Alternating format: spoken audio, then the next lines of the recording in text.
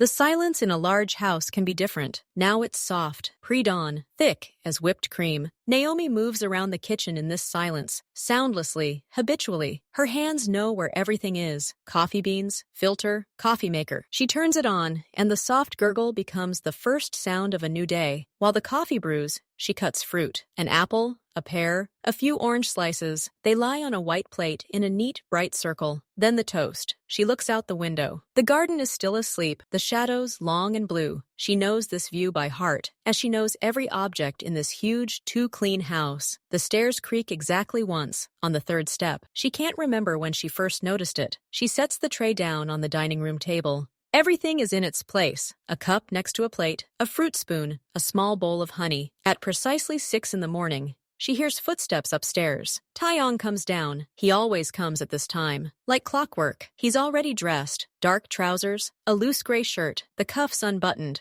He doesn't look at Naomi. He sits down at the table, his movements slow and precise. Naomi pours him coffee. He takes the cup and holds it to his face. He always inhales the scent first, his eyes closed for a second. Then he takes the first sip. Only then does he nod, almost imperceptibly. It means everything is okay. She goes over to the cupboard and pretends to dust something. In reality, she's giving him space. He doesn't like being watched during this morning ritual. He eats toast without butter, then fruit. He never touches the honey. She stopped putting it away 3 years ago, after he finally picked up a spoon and dripped some on a pear. It only happened once, but the bowl of honey is always on the table now. They don't speak. There are few sounds. The clink of a knife on a plate, the soft crunch of toast, a sip of coffee. She looks at his hands, strong, with a scar across the knuckles of his left. They seem calm now. He scrolls through the news on his tablet, but his gaze glides over hers, never lingering. He's simply pretending to be busy. When he finishes eating, she comes again. Her movements are predictable. She takes the empty plate, the cup. He pushes back his chair. "We're having guests this evening," he says, not looking at her. His voice is a little low, hoarse this morning. "Prepare something ordinary." She nods, though he can't see it. He's already up and heading out of the cafeteria. He always talks about business like this, casually, in a catchy way. Customary means nothing complicated, but decent. She's already imagining the menu. He stops in the doorway, without turning around. "And please check the wine in the cellar. Maybe something is missing." "Okay," she answers quietly. He leaves. His footsteps fade in the hallway. She hears him go up to his office to get some paperwork. His silence is different now, businesslike, focused. The silence of a man already thinking about what will happen beyond the walls of this house. Naomi is washing dishes. The water is hot, steam billowing from the sink. She looks out at the garden, where the last shadows are already fading. Another day has begun, same as yesterday and same as tomorrow. She doesn't know whether she likes this predictability or not, but she's used to it. Everything in this house is familiar, even its silence. An hour later, Taeyong comes down again. He's different now. Naomi notices it immediately, even without looking directly at him. She's watering the flowers in the hallway when he passes by. His gait changes. It becomes stiffer, faster. His shirt is now perfectly pressed, the cuffs fastened with thin cufflinks. He wears a dark jacket that fits perfectly. His face is a mask. Any softness that might have been there that morning over coffee is now hidden. His eyes stare straight ahead, their gaze expressionless. They simply register space, objects, people. He says something to his assistant, a young man in a formal suit who appeared in the hallway as if by magic. Taeyong's voice is now even, cold and toneless. He gives short instructions. The assistant nods quickly, taking notes. Naomi steps aside toward the wall. She knows this rule. When he's like this, he doesn't exist for her. She's part of the decor, invisible. He looks at himself in the large mirror by the exit. He adjusts his cuff. This isn't a test. It's an assessment. A last look at the weapon before leaving. He must look flawless, unassailable. His people are already waiting outside. 2 large cars are parked at the entrance. Naomi sees them through the door window. The drivers stand next to each other, serious, looking around. Everything is as smooth as a machine. Taeyong extends his hand. The assistant immediately presses a thin leather briefcase into his fingers. Taeyong doesn't check. He just knows everything is in place. At that moment, he turns his head for a second. His gaze glides down the hall, up the stairs, past Naomi, and back. He looks at her, just for a split second. His eyes meet hers. There's nothing in that look. No morning distraction, no gratitude for breakfast. There's emptiness. Or maybe it's not emptiness, but thick ice, obscuring everything. It's the look of a master checking to make sure everything is in order in his domain before leaving. Naomi looks down. She glances at her slippers. It's the right reaction. She feels his gaze leave her. Then there's a sound, the click of a door opening. Fresh morning air rushes into the hall, smelling of asphalt and the distant city, footsteps on stone steps, the sound of car doors opening and closing, the quiet rumble of engines. Naomi looks up. The cars are already pulling out of the driveway, disappearing behind the tall gates. They close silently. The house is silent again. But it's different now. Simple,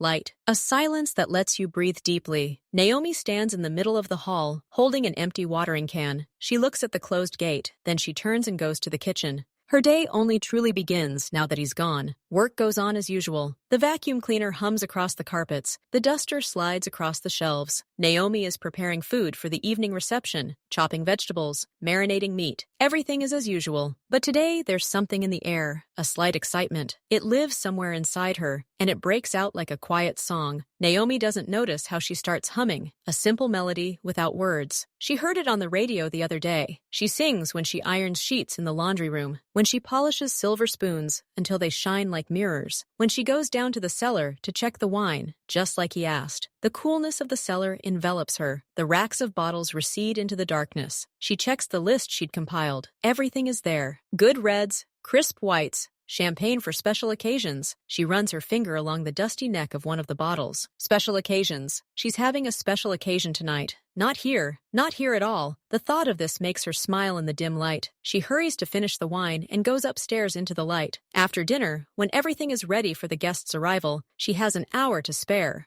She goes upstairs not to her small room on the first floor, but to one of the guest bedrooms on the second. There's a large closet there, and in that closet, in the far corner, hangs her dress. She takes it out carefully. It's not new, but it's beautiful. Dark blue, simple, but with an elegant cutout at the back. She bought it a long time ago, on sale, and never wore it. There was no occasion, and today there is. She hangs the dress on the closet door and looks at it. Then she brings in an iron and carefully smooths out the barely noticeable creases. Steam rises in a soft cloud. She thinks about where they'll go, to a small Italian restaurant in the city center. She's been told it's cozy and quiet, and that the pasta there is delicious. She smiles again. She'll need her hair done, and maybe a little more mascara. Suddenly, she hears a sound downstairs, the dull thud of a door slamming. Her heart stops for a second. He shouldn't be back so early. She quickly, almost in panic, removes the dress from the door, crumples it up, and shoves it back into the back of the closet. She closes the door, listens. The footsteps below are heavy and leisurely. It's him. He's back early. Naomi leaves the guest bedroom, trying to breathe evenly. She descends the stairs. Taeyong stands in the hallway, taking off his jacket. His face is still cold, stony from the meeting, but there's weariness in his movements. He hangs up his jacket and turns to face her. His gaze glides over her work dress, her hair pulled back into a simple ponytail. And then he stops. His eyebrows draw together slightly. He inhales slowly. Then again, he sniffs the air.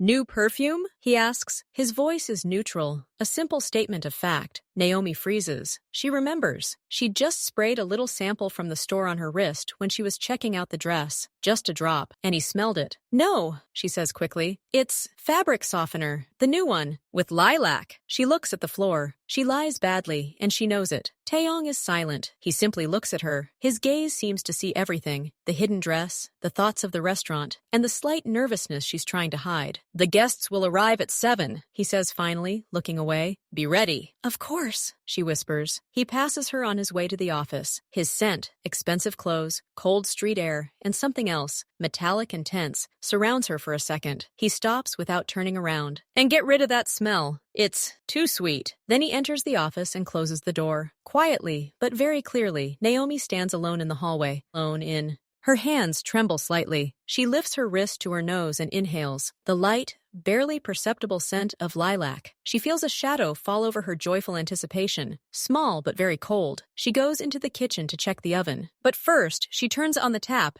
and thoroughly washes her wrists with soap, erasing the traces of her upcoming evening. The evening proceeds smoothly. The guests, 3 serious men in expensive suits, arrive promptly at 7. Their conversation at the table is quiet and businesslike. There's almost no laughter. Naomi serves dishes, changes plates, and tops up the wine. She does everything quietly, remaining in the shadows, as expected. Taeyong at the table is the same man who left this morning, cold, focused, controlling his every word. Only occasionally does his gaze dart around the room, checking that everything is in order. He notices her, but his gaze passes through her, as if she were a chair or a vase. She is part of the service. Invisible and efficient, Naomi tries not to think about the dress in the closet, about the restaurant, about mascara. She concentrates on her work. Her right hand carries the dish, her left already reaching for the empty plate. A ballet honed over 3 years. But somewhere inside, a clock was ticking. The date was scheduled for 8:30. She'd planned everything. The guests would leave by 8, half an hour to clean the dining room,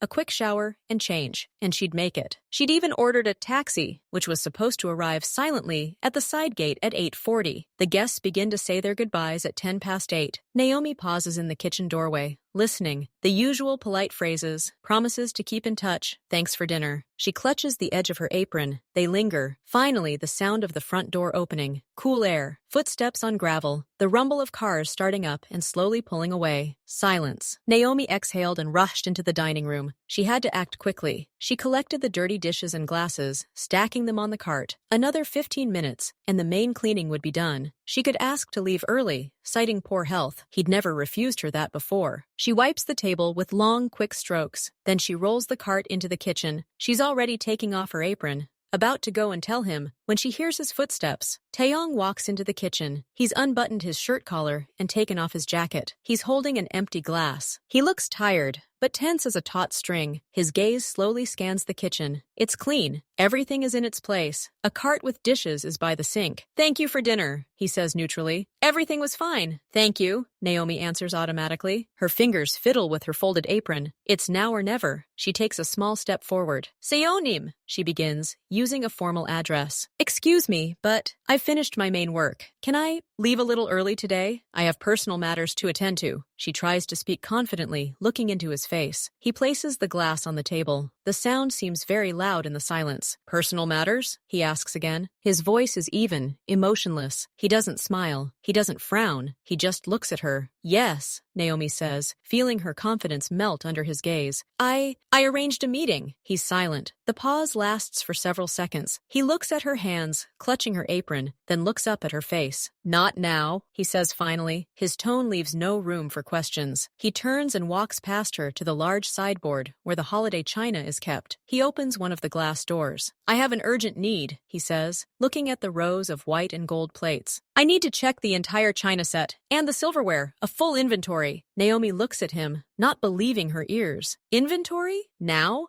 At 8:20 in the evening? But the guests just left, and the service is in perfect order. I checked it 2 weeks ago," she says cautiously. "There may be new deliveries," he replies without turning around. He takes out one of the plates and holds it against the light, as if searching for a crack. "And other guests may arrive, more important ones, perhaps tomorrow. Everything must be perfect." He puts the plate back and turns to her, his face unreadable. "Start with the tea sets. Count them, wash them, polish them, then the dinner plates, then the silverware. Make a detailed list, with any imperfections." Naomi feels a lump in her throat. This is impossible. It will take all night. "And what if I start tomorrow morning? First thing?" she tries, her voice sounding weaker than she'd like. "No!" he snaps. He looks straight at her, and in his eyes, she sees the same steel that was there this morning. This isn't a request. It's an order. This needs to be done today. This is important. He pauses, his gaze becoming a little more intent, as if he were studying her reaction. "Your personal matters can wait." He takes his glass from the table and heads towards the kitchen exit. "I'll be in the office. If you have any questions, just ask," he says as he walks away. And he leaves, leaving her standing in the middle of the brightly lit kitchen with a huge sideboard full of fragile, meaningless work. At first, Naomi just stands there. She breathes deeply, trying to cope with a wave of disappointment and dull anger. She glances at the clock in the kitchen. 8:25. The taxi has probably already pulled up to the gate, waiting. She goes out into the hallway, to the intercom. A car with a checkered sign on it is visible on the small screen. She presses the button. "I'm sorry," she says, her voice shaking. "The trip is canceled. Sorry to bother you." Without listening to the answer, she hangs up. Then she takes out her phone and quickly writes a message. "Sorry, I can't. Urgent work. I'm so sorry." She sends it and turns off the phone. She's too embarrassed to look at the reply. Then she returns to the kitchen and goes to the cupboard. She opens all the doors. It smells of antiquity and dust. She begins. She brings out white and gold cups, so thin that light can be seen through them, to the table, saucers, sugar bowls, a milk jug. She carefully washes each item in warm water with a mild detergent, even though they are already clean. She wipes them dry with a lint-free cloth and holds them up to the light. Then she sets them on the table and writes in her notebook, tea set, lavender pattern, no chips, 1, 2, 3, 24 pairs. It takes more than an hour. Sometimes she hears footsteps upstairs. Taeyong walks around the office. Then the footsteps fade, but she feels his presence, feels like she's being watched. She looks up at the ceiling, then to the kitchen door. No one there. She moves on to the dinner plates. They're heavy, massive, tray plates, shallow, deep. She washes them, her hands aching from the strain and the hot water. She writes down, dinner plate 30 centimeter, gilded edge, microscopic spot in pattern, not damaged. It's midnight. The house is deathly silent, only the soft clinking of porcelain and the creak of her chair. Finally, she opens the heavy drawer containing the silverware, spoons, forks, knives. Each item needs not only to be counted, but also polished with a special paste to remove even the slightest trace of tarnish. She puts on gloves and lays out the rags. She polishes, a mechanical back-and-forth motion. The silver gradually begins to shine dazzlingly, reflecting her tired face with dark circles under her eyes. In these distorted reflections, she sees her disappointment, her anger. Why is he doing this? Why this sudden, pointless inventory? Are guests possibly coming? He's never been this disorganized. Everything was always planned weeks in advance. Suddenly, she feels she is not alone. She slowly raises her head. Taeyong stands in the kitchen doorway, watching silently. He's wearing the same clothes he was wearing, only his shirt is even more wrinkled. He stands with his shoulder leaning against the doorframe, his hands in his pockets. His face is in shadow, and she can't make out his expression. "How's it going?" he asks quietly. His voice rings loud in the stillness of the night. "Slowly," she replies, lowering her eyes to the shiny spoon in her hand. "The set is large." "It's okay," he says. "The main thing is to do everything thoroughly." He doesn't leave. He continues to stand and watch. She feels his gaze on her back, on her hands, wiping the 20th fork. She wants to turn around and scream, "Why?" But she remains silent. She simply continues polishing. After a few minutes that feel like hours, he steps away from the door. She hears his footsteps receding down the hallway. Then the sound of the office door opening and closing. Naomi stops. Her hands shake with fatigue. She looks at her watch. It's 3 in the morning. Her pretty blue dress hangs in the dark closet. The restaurant is already closed. Her date is long over. With or without her. She places the last gleaming fork in the drawer. She closes it with a dull thud. Then she takes the notepad with the impeccable list and carefully places it on the edge of the table where he will see it in the morning. She turns off the light in the kitchen and walks through the dark house to her room. She doesn't want to wash or undress. She simply collapses on the bed in her work clothes and stares at the ceiling. Her ears ring softly from the silence and resentment. And upstairs, in his office, Taeyong sits in the dark by the window. He's not sleeping. He's looking out at the sleeping garden. He's slowly turning the switched-off phone in his hand. His face, illuminated by the moonlight, expresses nothing, except perhaps a strange, heavy satisfaction. Everything is in its place, and she's here too. In her small, tidy room, Naomi sits on the edge of her bed. It's dimly lit. A streetlight shines through the window, casting long shadows on the floor. She holds her phone in her hands like a hot coal. She needs to call, explain, apologize. She feels like she's betraying herself. She finds the number. She presses the call button. The ring echoes in the silent room, hollow and lonely. "Hello?" A male voice is heard on the other end. It sounds animated, wary. "Hi, it's Naomi." Her own voice sounds alien, flat. "Listen, she stutters. "How do I say this? My boss made me wash spoons all night." It sounds like a lame, pathetic excuse. "I can't today. Not at all." The words burst out in one crumpled lump. "There was an unforeseen situation at work. Very urgent. I'll have to stay." Silence on the other end. Then a sigh. "I've been waiting for this," he says quietly. The disappointment in his voice cuts her like a knife. "I know. I'm so sorry. This really is force majeure." She closes her eyes. She wants to disappear into the ground. "Okay, it happens. Maybe next time." There's no longer any anticipation in his tone. There's only polite formality. "Yes," she agrees quickly. Too quickly. "Of course. Another time. All right. Sorry again." She doesn't hear what he finally says. She simply lowers her hand with the phone and sits, staring into the darkness. A hot tear of shame burns on her cheek. She brushes it away roughly. Anger rises in her throat again, thick, helpless. Anger at him, at this house, at this pile of shiny, worthless silver. She doesn't hear the soft creak of the floorboards in the hallway outside her door. She doesn't see the tall, dark figure frozen for a second just inside the door, listening to the muffled sounds of her voice. Taeyong stands motionless. His face is expressionless in the dark hallway. He simply listens as the last words are cut off, as silence descends. Then, slowly, without a sound, he moves away from the door. His own footsteps on the stairs to the second floor seem surprisingly loud. He enters his office but doesn't turn on the light. He goes to the window. He feels neither satisfaction nor guilt. He feels only a quiet, merciless calm, as after a difficult task well accomplished. The threat has passed. Everything remains in its place.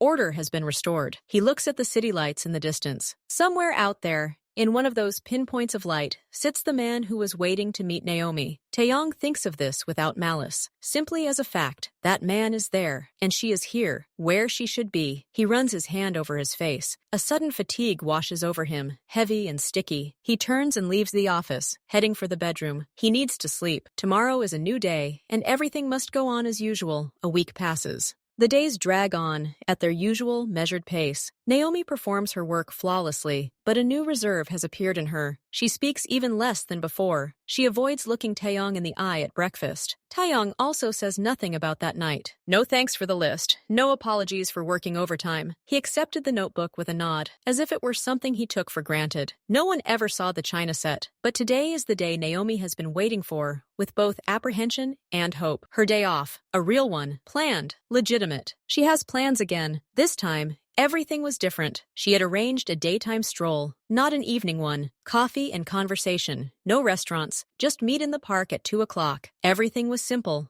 Nothing special. Nothing should arouse suspicion. She's thought everything through. In the morning, she does the bare essentials, makes Taeyong breakfast, tidies up. She does it quickly, efficiently, without a single thought, and speaks out loud. Taeyong is silent at breakfast, as usual. He reads the news on his tablet, but today he seems more introspective. His gaze is thoughtful. "I'll be in the office all day," he says, pushing his cup away. "Don't disturb me." "Okay," Naomi answers quietly. A wave of relief swells inside her. All day in the office. It's perfect. He won't even notice she's gone after lunch. He leaves, and she finishes cleaning the kitchen. Then she goes to her room. She doesn't wear anything special, just her best jeans and a light blue sweater that suits her especially well. She doesn't sing. She just gets ready quickly and with concentration, combs her hair, applies a tiny bit of lipstick. She checks the time. Noon. A couple more hours. She goes out into the hall to check her email. All is quiet. Not a sound comes from the office upstairs. She can already imagine the smell of fresh coffee in the park cafe, laughter, casual, easy conversation. Everything she's been missing. She returns to the kitchen and begins preparing herself a simple meal. Suddenly, she hears footsteps on the stairs, unusually heavy, slow. She turns around. Taeyong is standing in the kitchen doorway. He looks off. His face is paler than usual. He's holding onto the doorframe with one hand, as if for balance. His eyes seem dull, unseeing. "Naomi?" His voice sounds weak, hoarse. "Yes? What happened?" She puts down the knife, wary. He runs his hand over his forehead, and she notices that his fingers are shaking slightly. "My head is splitting, and everything is going dark before my eyes. I don't feel well." He says this simply, without drama, but his expression betrays genuine weakness. He takes a step forward and sways slightly. Naomi instinctively rushes to him, offering her shoulder. She feels his weight momentarily collapse on her. "You need to lie down," she says decisively, her entire focus instantly shifting to him. All thoughts of the park, of coffee, of their date evaporate. "Let's go." He nods weakly and allows her to lead him into the living room, onto the wide sofa. He sinks back onto the cushions with a low groan, closing his eyes. "Do you have any medication?" Naomi asks, leaning over him. "In the bathroom? In the cabinet? Strong ones. For migraines," he says, without opening his eyes, his face distorted by a grimace of pain. She runs upstairs to his bathroom. She finds the pills and brings him some water. She helps him sit up and lifts the glass to his lips. His hands are shaking so much he can't hold it. He swallows the pills, then leans back, breathing heavily. "A cold compress," he whispers. "Please!" She rushes to the kitchen again, fills a bowl with cold water, and finds a clean cloth. She returns and carefully places the damp and wrung-out cloth on his forehead. He shudders at the cold touch, but then his face relaxes slightly. "Thank you," he says, barely audibly. Naomi sits down in the chair next to the sofa. She looks at him, at this always strong, impenetrable man, who now lies helpless, defeated by his own pain. All her plans, her grievances, all gone. Only a simple, clear task remains: to help. She looks at the clock on the wall. It's 1 o'clock. She quietly picks up her phone and writes a short message. "Sorry, can't make it. Emergency. I'll text you later." She sends it and puts the phone away. She no longer checks the time. She simply sits and waits, ready to fetch more water, change the compress, do whatever needs to be done. Her day off is over before it even begins, and strangely enough, it hardly angers her now. There's only a quiet, tired sense of duty, and the strange feeling that she's exactly where she's supposed to be at this very moment. And Taeyong, under the cold cloth over his eyes, barely breathing, listens to the silence in the house, a silence in which there is no ringing phone, no footsteps hurrying toward the exit. There is only her quiet, even breathing somewhere nearby, and his own headache, which seems to be slowly receding, giving way to a dull, oppressive calm. The silence in the living room grows thick, filled with his heavy, uneven breathing. Naomi sits motionless in the chair, watching. The compress on his forehead quickly warms. She gets up, goes to the kitchen, and changes the water. The cool cloth touches his skin again, and he sighs softly, as if in relief. She brings a carafe of water and a glass, places them on the low table next to the sofa. She sits back down. The minutes drag slowly by. She doesn't know what else to do. Her role now is simply to be here. Suddenly, he groans again, his face contorting. "Eyes. Light," he breathes, without opening them. Naomi quickly gets up, closing the heavy curtains on the windows. The room is plunged into a soft, greenish twilight. She can barely see his features. "Is this better?" she whispers. He nods, almost imperceptibly. He seems so vulnerable, pressed against the pillow. She has never seen him like this. Always. A straight back, a firm gaze. And now, he is just a man in pain. An hour passes. She changes the compress again. Then she hears him mutter something unintelligible. She leans closer. "Water?" She carefully lifts his head, brings the glass to his lips. Her fingers touch his hot temple. He takes a few small sips, then pulls away. His hand briefly covers hers, holding the glass. The touch is weak, but unexpected, hot. She freezes, but he has already let go, his hand falling limply onto the blanket. "Thank you." Again those quiet, hoarse words. She silently returns to her place. On her wrist, where he touched her, there seems to be a mark left, ghostly and hot. The medicine finally takes effect. His breathing deepens, becomes more even. His facial muscles relax. He falls asleep. Naomi no longer looks at the clock. She picked up a book from the kitchen, but she doesn't read. She simply sits and listens to him breathe. It's a strange, unfamiliar task, guarding Taeyong's sleep. Usually, she guards his silence, his space, his things, but not him. His sleep is restless. He twitches, his lips whispering something, words impossible to catch. Sometimes his eyebrows furrow sharply, as if he's seeing something behind his eyelids. Once, he turns his head sharply to the side, and a short, broken sound escapes his lips, like a suppressed scream. Naomi instinctively jumps up, but he's already quiet, sinking back into the depths of sleep. She sits up slowly,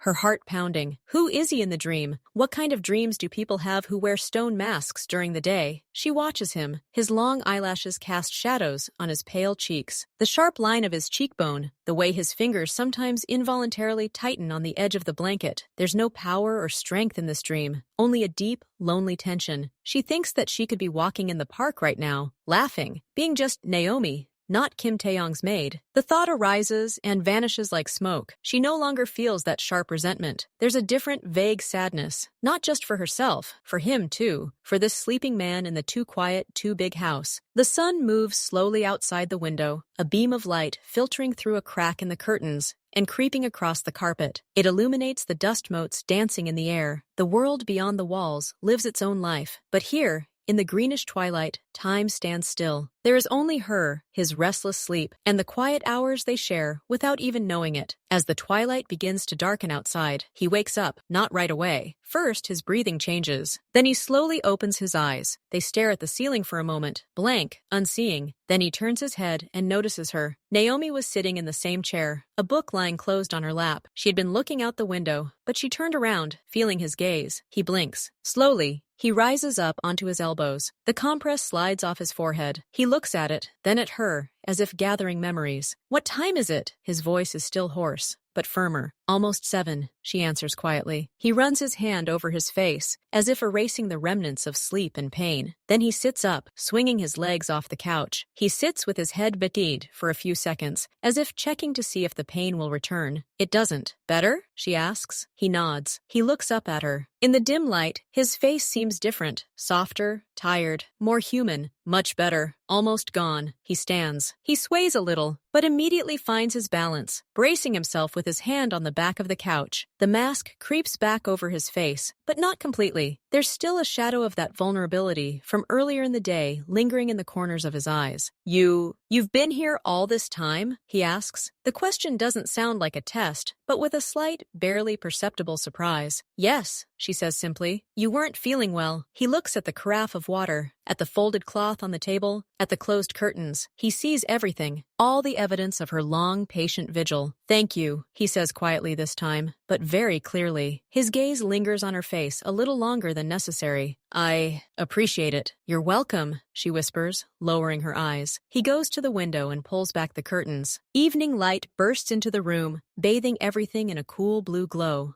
He stands, looking out at the darkening garden, his back straight again, his silhouette familiar and impenetrable. The migraine has receded, taking that weak, dependent man with it. Naomi rises slowly, her body stiff from sitting for so long. She gathers the decanter, the glass, the damp cloth. Her movement catches his attention. You can go, he says without turning around. I'm fine. And then she remembers the park, the coffee, the date, remembers the message she sent 5 hours ago. She looks at him, standing by the window, already walled off from her by the returning power. Her day off, her small hope for a normal life, it's all over, dissolved in these quiet hours at his head. Yes, she says emotionlessly. Okay. She leaves the living room with an empty decanter in her hands. In the kitchen, she turns on the light, bright, harsh, piercing. She washes the decanter and puts it to dry. All her movements are slow, mechanical. He didn't do it maliciously. He was genuinely ill. She could see it. And yet the result was the same. She was here. She was alone. And once again, she felt less like a servant, less like a nurse, and more like a shadow, bound to these walls and to this man who didn't even look after her. Naomi stands at the sink, watching drops of water roll off the clean glass of the decanter. Thoughts swirl in her head, slowly, tiredly, but persistently. The first time was a silver inventory. Coincidence? Possibly. He's a man of order, and he has sudden ideas. The second time, a migraine. An illness. You can't plan for it. He was truly suffering. It wasn't pretending. She saw his trembling hands, his lips white with pain. But twice in a row, on the very day she had plans? The first time, he didn't even know for sure about her date. He only suspected it. The second time, he couldn't have known at all. She hadn't told anyone, hadn't prepared in front of him. She wipes the decanter and puts it on the shelf. The sound seems too loud to her in the quiet kitchen. Maybe she just wants too much. Maybe the world is simply designed in such a way that her small joys will always be canceled out by his big plans or his ill health. Or there's another pattern, one that's terrifying to contemplate. She closes her eyes. She sees his face on the morning of her day off. He said, "Don't disturb me." He planned to spend the whole day in his office, and then he came out, pale and unsteady. She opens her eyes and looks at her hands. She remembers his warm touch when he drank water. She remembers how he slept, restlessly, like a child. No, it wasn't an act. Or he's a very good actor. She shakes her head, as if to push the thoughts away. Paranoia. It's just an unfortunate coincidence. She spends too much time alone in this house, and she's starting to see patterns where there aren't any. But the seed of doubt has already been planted. It's small, prickly, and not so easy to get rid of. Several days pass. Naomi watches. She's become quieter, more attentive. She catches his glances at her at breakfast. Quick. Assessing, she notices that he's been spending more time in the same rooms as her, as if by chance. He's silent, reading, looking out the window, but his presence has become more palpable. She decides to check. One morning, as he finishes his coffee, she comes to the table to take his cup. She pauses. "Seonim," she says in a flat, businesslike tone. "I need to see the doctor on Thursday. A checkup. I'll leave after breakfast and be back for lunch." She doesn't look at him, pretending to straighten her napkin, but her whole being is focused on him. She waits, pauses, reactions. Taeyong slowly puts down his ebook. He looks up at her. His face is calm. "To the doctor? Does something hurt?" His voice expresses mild, polite concern. "No, just a routine checkup. she says, finally meeting his gaze. She tries to discern something in his dark eyes. Subterfuge? Tension? There's no need to go to the city clinic, he says, leaning back in his chair. His tone becomes practical, businesslike. I have a personal doctor, a very good specialist. He will come here whenever it's convenient. Tell me when, and I'll call him. He will examine you here, in the house. It will be both faster and more efficient. He says it so simply, so logically, caring for the employee's health, convenience, quality of service. There's not a single catch in his words. But for Naomi, his answer was like a blow. Her little experiment had yielded a clear, frightening result. He didn't ask which doctor, didn't specify a time. He immediately offered his solution, a solution that meant she wouldn't go anywhere. The doctor would come here, to his house. She feels a cold wave run down her spine. I already made an appointment, she tries weakly to counter. At a familiar clinic. Cancel it, he says softly, but there's a hint of steel in that soft tone. My doctor is better. I don't want you to get treated half-heartedly. Deal? He looks at her, expecting a simple yes. He's not angry. He's just sure it's best this way. For her, for him. Naomi looks down at her hands, clasped in front of her apron. Yes, Seyonim, she breathes. Okay, he nods, his gaze falling back to the e-reader, as if the conversation is over. Let me know when you're ready. She takes his cup and goes into the kitchen. Her hands tremble slightly. This isn't paranoia. It's a pattern. He's putting up a fence. Invisible, but very strong. And this fence delineates the boundaries of his domain, and she, it seems, is inside. A couple of days later, he calls her into his office after lunch. This is a rarity. She enters, feeling slightly uneasy. He stands at his desk. On it lies a large box made of thick cream-colored paper, tied with a wide silk ribbon. Come here, he says. She comes over. He looks at the box, then at her. You work well, especially lately. I appreciate it. He takes the box and hands it to her. This is for you. Naomi carefully picks up the heavy box. She doesn't know what to say. Open it, he suggests. There's a strange note in his voice, whether anticipation or curiosity. She places the box on the edge of the table, unties the ribbon, and lifts the lid. Inside, on a layer of the finest tissue paper, lies a dress. She's never held anything like it in her life. The fabric is a dark emerald velvet, heavy and luxurious. In the lamplight, it shimmers with a deep, vibrant color. The neckline, the sleeves, the delicate embroidery along the edge. Everything screams of an insane price and impeccable taste. This is a dress for a ball, an opera premiere, or otherworldly events. Naomi freezes, looking at him. Her breath catches. It's too much, she finally breathes. It's nothing like that, he counters, watching her reaction. It's just gratitude. She carefully touches the velvet. It is soft and cool. Thank you, she whispers, because she can't say anything else. Try it on, he says. Not an order, but an urgent offer. She shakes her head, feeling her cheeks burn. No, I have nowhere to wear it, Seyonim. I don't have any such occasions. He looks at her with a long, thoughtful gaze. Then a barely noticeable smile touches his lips, devoid of any humor. There are all sorts of reasons. Maybe one will come up. Keep him. Just in case. He turns to the window, letting her know the conversation is over. Naomi carefully closes the box and hugs it. She feels the weight of the dress, not only in her hands, but also somewhere inside, in her soul. This is not a gift. It is another chain, the most beautiful chain in the world. She leaves the office with the box in her hands. She goes to her room and places it in the farthest corner of the closet, next to the simple blue dress she never wore. Now she has two dresses she can't wear. One because there was no opportunity. The other because the opportunity is too great, and it exists only in its world. A world she has no way into. She closes the closet door and rests her forehead against it. For a job well done. Yes, for a job well done, staying in her place. This gift isn't a thank you. It's a reminder of where she belongs and of who decides what the appropriate occasion is for anything. Tension was building like water behind a dam. The gift of the dress was the last straw. It wasn't gratitude. It was the gesture of a host throwing a new, sparkling accessory to his beloved bird in a golden cage. Naomi couldn't remain silent any longer. She waited for him to finish breakfast and then settle into his office. But he lingered at his desk, slowly finishing his second coffee. And she decided, now. She approached the table, but not to clear the dishes. She stood straight, her hands hidden behind her back so he couldn't see them shaking. Seyonim, she began, her voice clearer than she expected.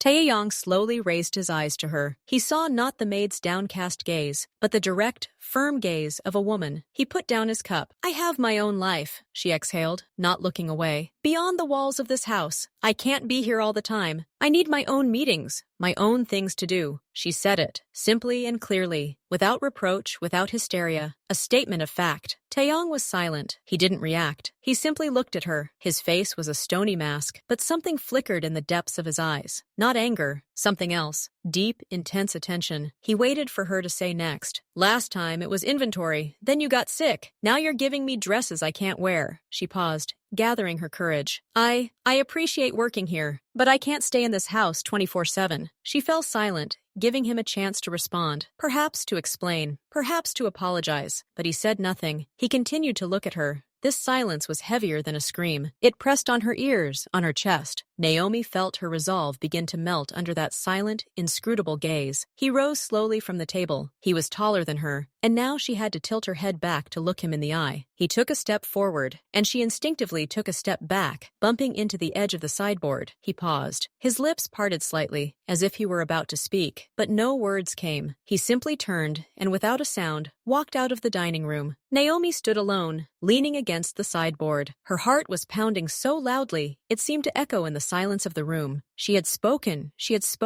and in response she received nothing, emptiness. And this nothing was more terrible than any scream. She wasn't fired. She wasn't reprimanded. They didn't even raise their voice. An hour later, as Naomi tried to compose herself by dusting the living room, Taeyong appeared on the stairs. He descended, carrying several thick folders and an old cardboard box, lightly coated with dust. "Naomi!" he called. His voice was completely normal, even, businesslike, as if the morning conversation had never happened. She turned around, unable to hide her surprise. He placed the box on the coffee table. "I need you to organize all these documents," he said, gesturing to the folders. "These are old invoices and contracts. They need to be sorted by year, scanned, and archived in the cloud. All signatures and seals need to be clearly visible." He opened the box. Inside were hundreds of photographs, old, yellowed, some faded. "And these photographs are a family archive," he continued, his voice unwavering. "They need to be carefully cleaned with a special cloth, sorted into albums in chronological order, as much as possible, and digital copies made. Every single one, with a description on the back, if there's anything written there." He looked at her.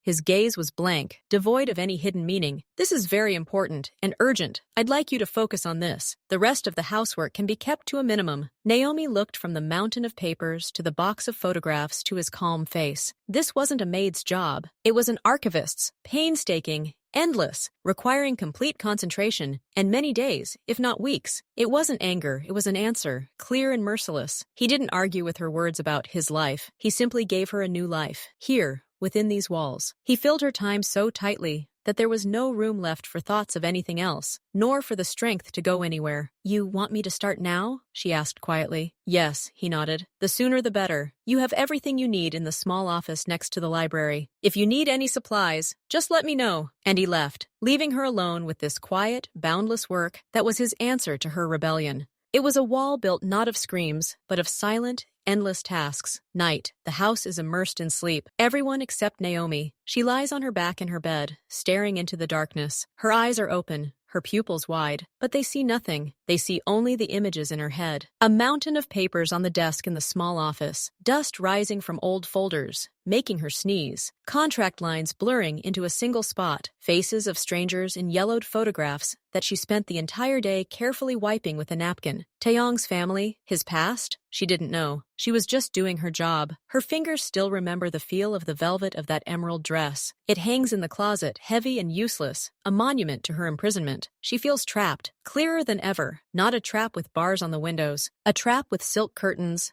expensive china, and soft carpets. A trap where you're fed gourmet food, given luxurious dresses, and buried in endless work. He's not holding her by force. The door isn't locked. She can quit, leave, and then the thought immediately arises. Where to? She has no loved ones here. Asind. Her savings are modest. Finding a new job and housing in a foreign country won't take a day or two. It's fear, real, practical fear. And there's something else, something she doesn't even want to admit to herself. Habit. Habit to this house, to its silence, to its order, and to him, to his silent presence, to his rare terse words, to that strange, painful moment when he was weak and needed her. This is the most terrifying part of the trap. She begins to understand that the walls of this trap are not only around her, they are inside her too. She rolls onto her side and presses her forehead against the cool wall. She feels tiny, lost. She told him the truth, and he responded with work. She tried to break free, and he gently but inexorably cast a new net of responsibilities around her. What's next? Accept it? Or she closes her eyes.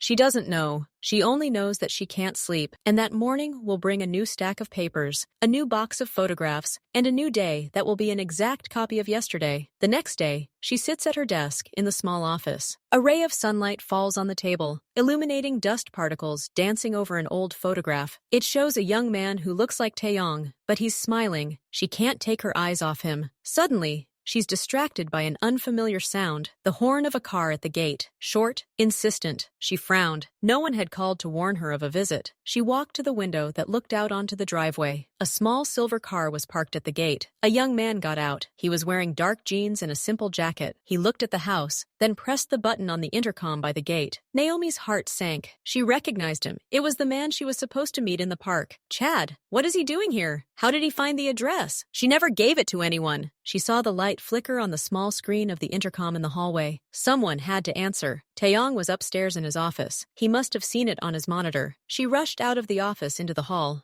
but it was too late. Taeyong's voice, cold and clear, came from the speaker built into the wall. Yes, Chad's voice, muffled and hesitant, came from the street. Hello, sorry to bother you. I need to see Naomi Carter. Does she work here? Pause. Naomi stood rooted to the spot in the center of the hall, her heart pounding in her throat. Go up to the main entrance, Taeyong said. His voice was polite, but there was not a drop of warmth in it. I'll open it. The click of electronic locks unlocking, the hiss of gates opening. Naomi watched as Chad got back into the car and drove slowly up to the house. He looked uncertain, overwhelmed by the size of the mansion. She didn't know what to do. Run upstairs, beg Taeyong not to let him in? Meet him herself? She stood there, paralyzed, watching as the car stopped and Chad got out, looking back again. At that moment, the door to the upstairs office opened. Taeyong stepped out onto the landing. He was dressed in dark trousers and a black turtleneck, his hair perfectly styled, his face a smooth, imperturbable mask. He descended the stairs leisurely, imperiously, like a host coming out to greet an uninvited but interesting guest. He walked past Naomi without looking at her and headed for the front door. Stay here, he called over his shoulder. It wasn't a request, it was an order. He opened the door. Chad stood there, looking confused, against the bright daylight. Come in, Taeyong said, taking a step back and gesturing invitingly for him to enter. We're just about to talk about Naomi. Chad stepped over the threshold, and his eyes, accustomed to the streetlight, were momentarily blinded. When his vision returned, he saw two things: a huge, cold hallway, reminiscent of a museum, and Kim Taeyong himself. He stood directly in front of him, blocking his view of Naomi, who stood frozen a few steps behind. Taeyong didn't extend his hand for a handshake. He simply appraised his guest, from his clean sneakers to his simple jacket. I'm Kim Taeyong. Come in. His voice was even and welcoming, but there was no warmth to it. It was more like the voice of a tour guide. He turned and led Chad into the living room, passing Naomi as if she were passing just another vase. Chad glanced at her, confused and questioning, but she merely lowered her eyes, unable to do anything. Taeyong gestured to one of the massive leather chairs. Sit down. Naomi! He turned to her, not raising his voice. Please bring some tea. Green, from the china set. It was humiliatingly clear. He wasn't simply sending her away. He was emphasizing her role here, right now, in front of the guest. She was a servant. She was supposed to bring tea. She nodded, not looking at either of them, and walked out into the hallway. She heard almost nothing from the kitchen, only the low, calm hum of Taeyong's voice. No shouting, no raising of his voice. He spoke monotonously, measuredly. Occasionally, there would be a pause, and Naomi imagined Chad trying to interject, but being silenced. With trembling hands, she heated water and arranged the teapots. Every minute dragged on like an hour. What was he saying to him? What was the mere sight of this house, this power that literally radiated from Taeyong worth? Finally, she placed the tray on the living room table. Chad sat slumped, his face pale. He didn't look at her. Taeyong, on the other hand, looked completely relaxed. He adjusted the cuff of his turtleneck. Thank you, Naomi, he said. You can go now. There's paperwork waiting to be sorted in the office upstairs. She wanted to protest. She wanted to stay.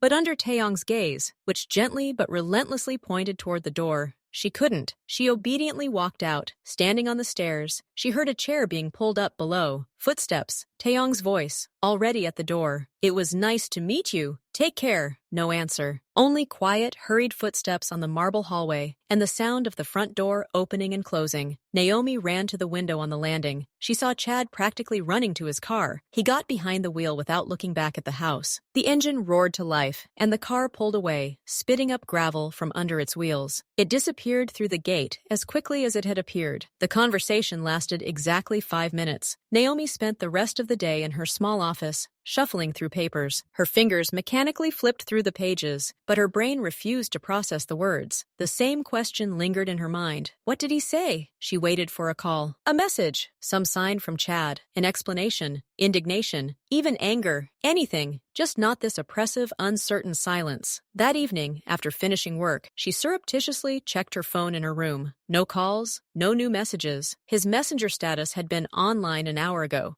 She couldn't resist sending a message herself. Hi, sorry about that. What did he tell you? The message was delivered, but there was no response. 10 minutes later, she saw the status change to offline. The next morning, the silence continued. She wrote again. Can we talk? There was no reply. The message remained unread all day. Naomi felt humiliated and confused. Even if Taeyong had said something terrible to him, why hadn't Chad given her a chance to explain? Why had he just disappeared? She sat on her bed, staring at the blank screen of her phone. Her frustration slowly turned to bitterness. Perhaps Chad was simply scared. Scared of this house, this man, this complex, confusing situation she found herself in. Or maybe Taeyong had told him the truth about himself, and that would have been enough to make any normal person run away without looking back. Whatever the reason, the result was the same. She was alone again. Her attempt to break out only resulted in the world beyond her walls pushing her away. The door to her privacy slammed shut in her face, and she didn't even hear the click of the lock. Dinner that evening was especially quiet. Taeyong ate slowly, reading something on his tablet. Naomi served soup and changed plates in a heavy, oppressive silence. She felt him watching her, even without looking directly. When she brought dessert, a light lemon mousse, and placed it in front of him, he put the tablet aside. Naomi, he said calmly. She froze, holding the empty tray. This young man, Chad, was he? He said the name with a slight, barely perceptible grin.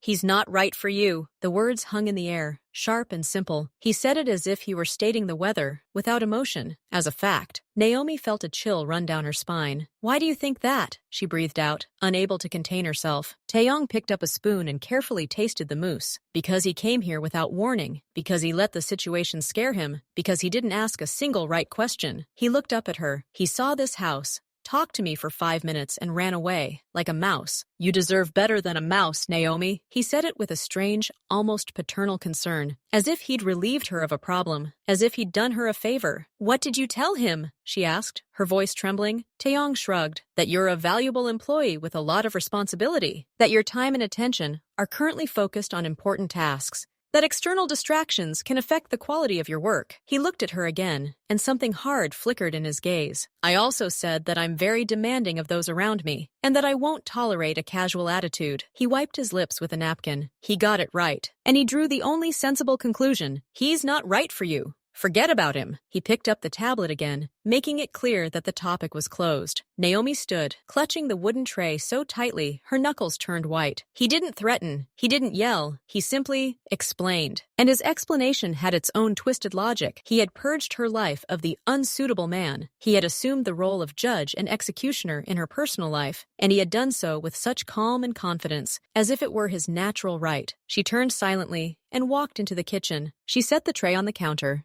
and stood there for a long moment, staring at the empty sink. He hadn't just pushed Chad away. He'd shown her he could do it in just 5 minutes. And now she knew for sure, any attempt she made to get closer to someone would be met with this wall. This wall named Kim Taeyeon. A few days later, Naomi ran out of cinnamon, a small thing. She could have asked one of Taeyong's assistants to bring her some, but she desperately wanted to get out of the house, to see the street, the people, to feel like she was part of something bigger than these walls. She told Taeyong she was going to the nearest supermarket. He nodded without looking up from his papers and said, Don't be late. Business as usual. The fresh air hit her face as she stepped out the gate. She took a deep breath, savoring the freedom of movement. The supermarket was a 15-minute walk away. She walked leisurely, window shopping, watching the people passing by. Ordinary life. She missed it so much. At the store, she picked up some cinnamon. Then, just like that, bought a bar of chocolate, the kind she'd loved as a student, and a small bag of seeds for the birds in the park. Little things that belonged only to her. On the way back, passing a small park, she decided to sit on a bench. She spread some seeds for the sparrows and watched them scurry around her feet. She smiled. It was simple and good. And then her gaze accidentally fell on the other side of the street. There, in the shadow of the entrance, stood a man in a dark coat. He wasn't doing anything suspicious. He was simply standing there, staring at his phone. But something about him was familiar. His posture, his short hair. She'd seen him before. He was one of the drivers who sometimes picked up Taeyong. Naomi froze. Her heart began to beat faster. She slowly rose, gathered her purchases, and continued walking, trying not to look back. After walking half a block, she risked a quick glance in a store window, using it as a mirror. The man followed her, at a respectful distance, not hiding, but not getting any closer either. He simply followed, ensuring she returned to the right place. For the rest of the way home, she felt his presence at her back, like a cold spot. The freedom she'd felt a moment ago had evaporated, leaving a bitter aftertaste. She hadn't just gone out to the store, she'd gone out under surveillance. The gate closed behind her with a soft hiss. She walked into the house and placed the bag on the kitchen table. Her hands trembled slightly. He didn't trust her. Or, even more terrifying, he believed he had a right to know where she was every minute. Her freedom was an illusion, traded for the security of his domain. She lived not in a house, but in a gilded cage, guarded by invisible but utterly real guards. She didn't sleep that night. She sat at the small table in her room, illuminated by a desk lamp. A blank sheet of paper and a pen lay in front of her. The thoughts that had been swirling around in her head for weeks finally came together to form a clear, irrefutable picture. Her personal life is being sabotaged. Silver migraine. He sets up physical and mental barriers. Endless work. His doctor. He scares off potential suitors. Chad. She is being watched outside the house. It wasn't concern. It was control. Total and ruthless. He didn't want her happiness anywhere else. He wanted her here, for him. In whatever role he saw her, an immaculate servant, a silent nurse, a decorative element in his ideal, sterile world, she could no longer explain it, could no longer find excuses. She felt like a cornered animal. Her every breath, every step was being watched. Her future, if she stayed, was predetermined. Endless days in the archives, lonely evenings in her room,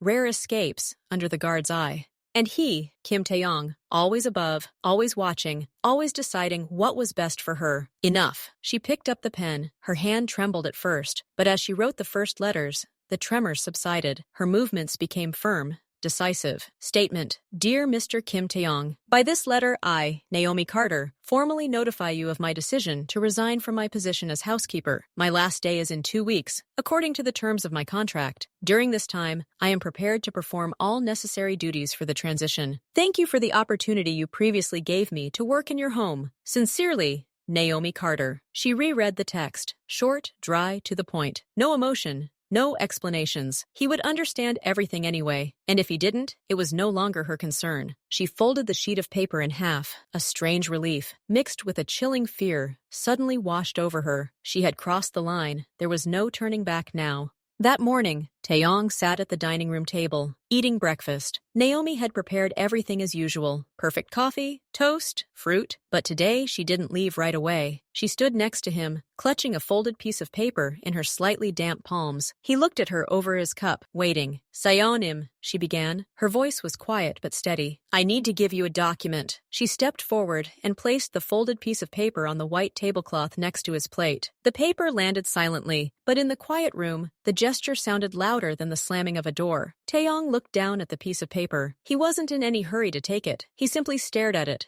as if it were an unidentified object that had fallen from the sky. His face remained impassive, but something flickered in the corners of his eyes. Anticipation gave way to wariness. He slowly, very slowly, took a sip of coffee and set the cup precisely on the saucer. Then he reached out and took the piece of paper. His movements were smooth, almost ceremonious. He unfolded the paper. Naomi watched his eyes scan the lines. He didn't read quickly. He absorbed every word. She saw the muscles in his jaw tense slightly as he reached the words quit and last day. Nothing else on his face changed. His brow didn't twitch. His lips didn't dry. But the atmosphere in the room changed instantly. The air became thick, heavy, as before a thunderstorm. The silence was no longer neutral. It became menacing, charged with silent shock, and something else, something dark and seething beneath the surface of his cold calm. He finished reading. He placed the paper back on the table, carefully smoothing the fold with his palm. Then he looked up at her. There was no anger, no confusion, no question in his eyes. There was emptiness, that same icy, bottomless emptiness he knew how to transform into in front of his business partners.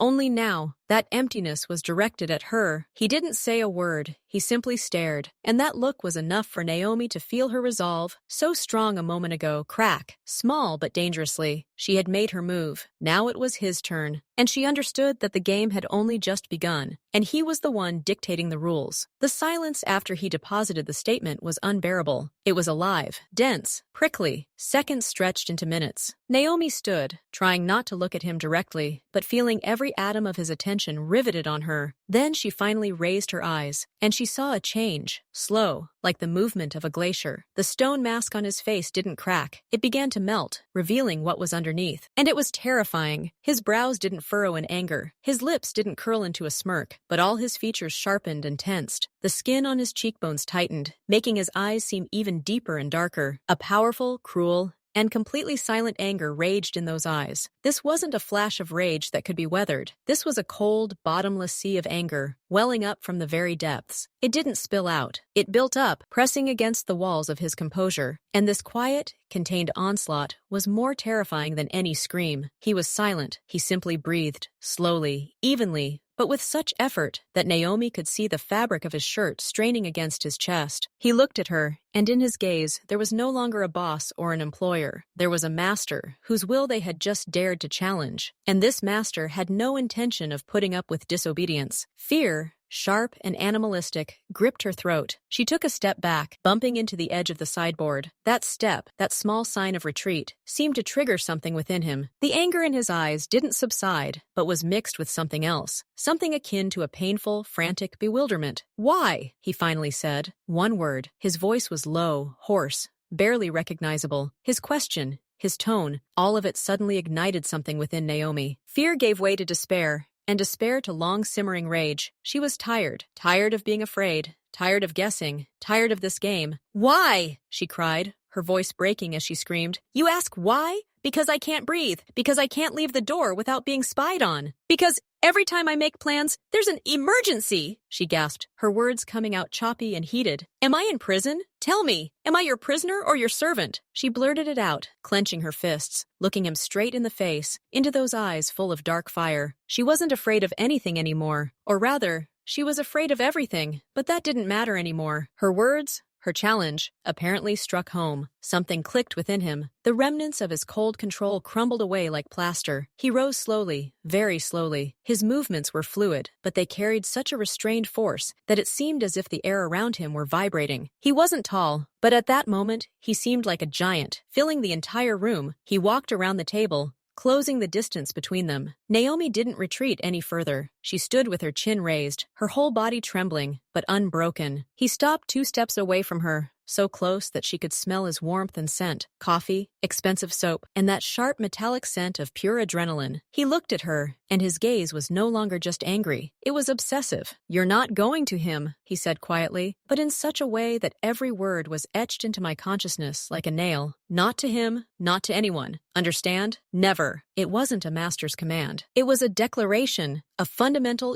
irrefutable truth, formulated by him for the universe. There was more than just authority in his voice. There was something wild, primal, almost panicked, as if the very thought of her leaving him for another was not just an insult, but an existential threat. Naomi stared at him, her eyes wide, her anger, her resolve, everything suddenly shattered against the stone wall of those words. She didn't understand. She'd expected anger over the statement, expected cold threats, an attempt to hold her back with a contract, money, anything, but not this. "You won't go to him. To anyone." What does this mean? Why? For what reason? Because she was his property? Because he thought he had the right to control her life to such an extent? She saw him looking at her. His gaze was intense, searing, almost painful. There was no hatred for her in it. There was hatred for the very possibility she had voiced. And beneath that hatred, something else. Something she did not dare recognize. "Why?" she breathed again, but now her voice was broken, full of confusion. "Why can't you just let go?" The question seemed to reach him deeper than the scream. He froze. His gaze momentarily lost focus, as if he were looking through her, into some inner void where its own chaos raged. Then he slowly, very slowly, took a breath. The anger in his eyes didn't go away, but it receded, giving way to something incredibly complex and intense. He looked at her as if she were a complex puzzle that needed to be solved right then and there. He paused, long, painfully. The air thickened as if charging before lightning struck. Then he spoke, quietly, clearly, without hesitation, but with such a strange, inappropriate formality that it made it even more frightening. "If you want to go on a date," he falls silent,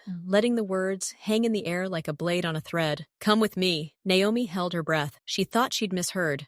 Her brain refused to process the words, to form them into a coherent sentence. He wasn't joking. There wasn't even a hint of a smile on his face. There was only absolute, terrifying seriousness. And deep in those dark eyes, a smoldering spark of something that could have been a challenge, or a plea, or both. He made an offer, but it didn't sound like an invitation. It sounded like an ultimatum, like the only possible way out of the impasse he'd created. His entire world, all his power, all his silent, obsessive observation, all of it now condensed into one simple, impossible phrase. "Come with me." And he waited, without moving, without looking away, waiting for her answer, which now, it seemed, would determine absolutely everything. The silence that followed his words was absolute. It seemed as if even the dust particles in a sunbeam froze in the air. Naomi couldn't move, couldn't breathe. The words, "come with me," rang in her ears, meaningless and terrifying. He stood before her, motionless. His face was a mask again, but now it was a fragile, thin mask, beneath which the storm still raged. He tried to appear calm. He tried too hard. The tension was evident in his hands, clenched into fists at his sides, and the barely perceptible pulse in the vein at his temple. He waited. He didn't insist. He didn't approach. He simply waited, holding his breath, like a gambler who has staked everything and is casting his last coin. All his power, all his influence, meant absolutely nothing in that moment. Everything depended on her, on a single word, and this paradox, this vulnerability, hidden beneath a layer of ice, was the strangest and most disturbing sight she had ever seen. The air began to burn her lungs. Naomi realized she couldn't breathe. She inhaled convulsively, and the sound was incredibly loud. She looked at him, at this man who for 3 years had been nothing but a shadow to her, a stern master, an inscrutable mystery, who just minutes ago had declared her his property with the malice of a doomed man. And now, he was proposing a date. What was this? A new ploy? A sophisticated way to humiliate, put in place, or something else? Her voice, when she finally spoke, was quiet, choked, trembling with emotion. "Is this—" She swallowed the lump in her throat. "Is this an invitation or an order, master?" She spoke the last word deliberately, pointedly, like a jab. She was challenging him, asking, no, demanding him to make up his mind. Who was he to her now? Still the same employer, whose word is law? Or someone else? She saw his face twist into a quick, almost painful grimace when she called him master. It was as if the word burned him. He didn't answer right away. He lowered his head, looking at the parquet floor at his feet. His shoulders, usually so straight and tense, hunched slightly. He suddenly seemed tired, very tired.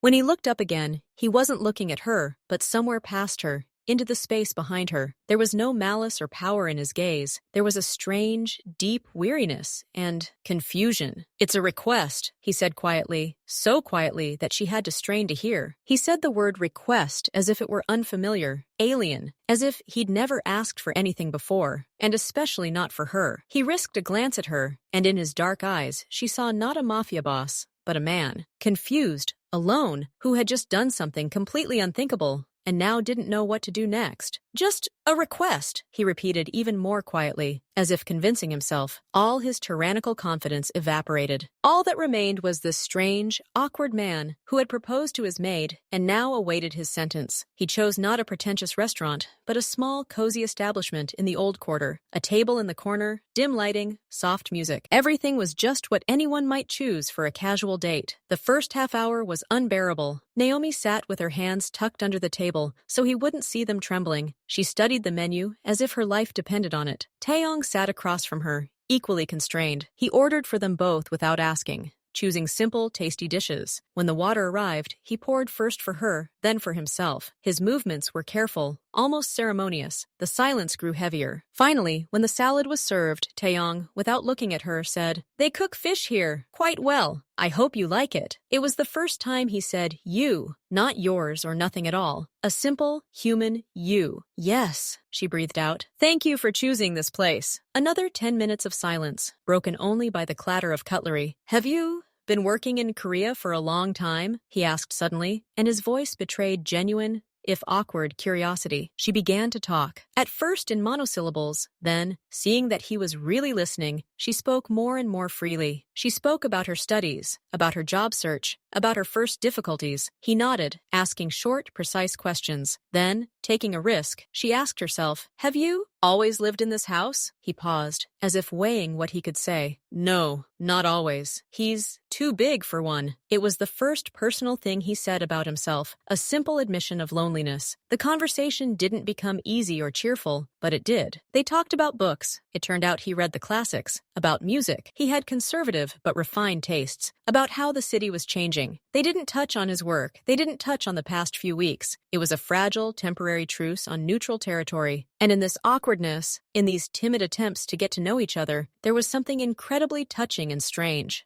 When the Yao finished dinner and stepped outside, the evening chill enveloped them. Taeyong helped her into the light coat he'd somehow thought of. His touch on her shoulders was light, almost weightless, and yet she shivered. He was about to say something, but at that moment, Naomi looked across the road. There, in the shadows, stood two familiar dark cars. Near them, two of his men stood openly. They didn't look in their direction, pretending to be busy with their own affairs, but their presence was as inseparable as the walls of his house. All evening, every minute of this strange, fragile intimacy, they were here, guarding, watching. The illusion of a casual date, the warmth of an awkward conversation, it all suddenly burst like a bubble. Her companion wasn't just an awkward, lonely man. He was Kim Taeyong, a man whose life demanded such protection, a man who could command, and people would disappear. Who could send a shadow after her, simply because he wanted to? He followed her gaze. His face froze for a moment. He saw what she saw, and for the first time that evening, it seemed, he understood how it looked from the outside, how he looked in her eyes at that moment. He didn't apologize. He didn't explain anything. He simply said quietly, "Come on, I'll take you home." The word home sounded strange. It meant his house, her room, her cage. She nodded silently. The magic was over. Reality, cold and inexorable, caught up with them again. The click of heels on the cobblestones and the purr of the engines of the dark cars that pulled away behind them. They returned to the quiet of the mansion. Instead of parting, Taeyong suggested a stroll through the night garden. The air was cool and smelled of damp earth and flowers. He stopped by an old lantern. Its light fell on his face, deepening the shadows. "I'm afraid," he said suddenly, looking not at her, but into the darkness. His voice was quiet, defenseless. "When I saw that statement, I was afraid." He turned to face her. There was no familiar steel in his eyes, only a tired, naked truth. "Everything here is stones, silence, deeds. Everything is gray. You are the only thing that glows. If this light goes out, I will be left in complete darkness." He didn't ask her to stay. He simply laid his fear before her, like the most precious and fragile coin. It was more terrifying than any command. No big words were spoken. No stay. No, I love you. But in the morning,